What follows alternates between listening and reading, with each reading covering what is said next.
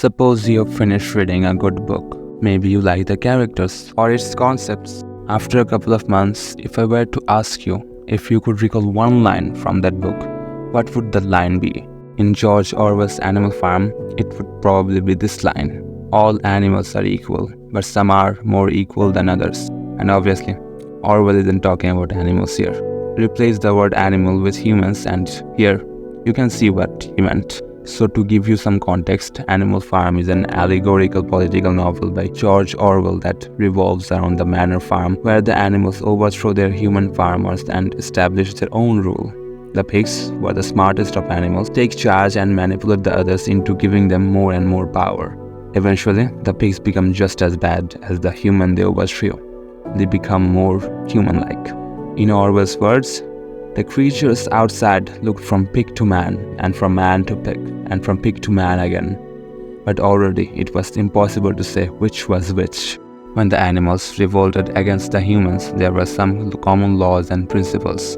The animals named it animalism, but the pigs started to changing the rules. Other animals thought it was their own ignorance, and one by one, eventually, the pigs changed every single one of the rules written on the wall, until at the very last, only one rule was written, and you already know what that rule was. There are obviously many characters in this book, but among them, one specific character comes to mind first, and he is Benjamin the donkey. Now, the reason he comes to mind is because he is the only one who understood what was happening. He was the only one who understood the pig's game, but still, he did nothing out of cynicism. Windmill or no windmill, life would go on as it had always gone on. That is, badly, was one of his quotes, implying whatever they might do, things will end up badly. And there is a chance that Benjamin might be representing Orwell in this regard.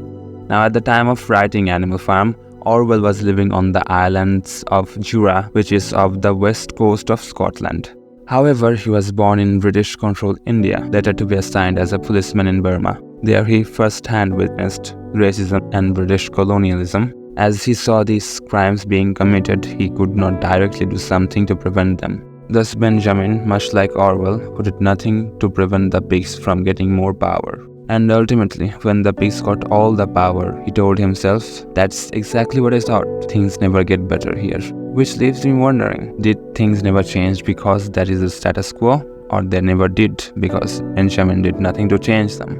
There are other characters in the book, of course. Main leader of the pigs is Napoleon. He has his propagandist expert Squealer. Now this guy is basically Hitler's Goebbels. When the animals clearly can see their rations are low, Squealer says that the rations are high. So basically the animals have to believe what they are told, not what they see. And then there's Benjamin's friend, Boxer the horse. Boxer worked tirelessly for the betterment of the farm, but alas, his works were only benefiting the pigs and the dog. The dogs acted as the military of the farm. And when Boxer couldn't work anymore because of an injury, he was sold out to a glue shop.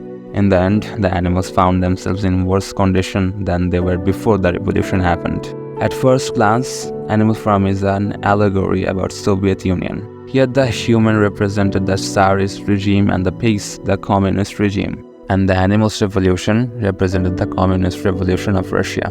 Benjamin the donkey represented the Russian intellectuals who remained silent during the revolution, and Benjamin friend Boxer as the Russian people who were taken advantage of by the ruling class. There is more parallel with the story and the Soviet regime.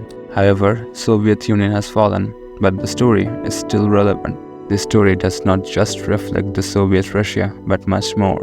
The propaganda, dynamics of power, lies of politicians, all reflect the current world way too much. It's clear that even the Soviet Union has fallen. The Squealers of the world still spread propaganda, and the Napoleons still make the rules and change them whenever they want and decide whom the rules apply to. And just like Boxer the horse, the people still work day and night. Just someone else with power, the more equal people, can live comfortably. Unlike Benjamin, many of them are silent. But there are also who write their own story, who risk their lives to make a change. So, among all these characters, choose yours wisely.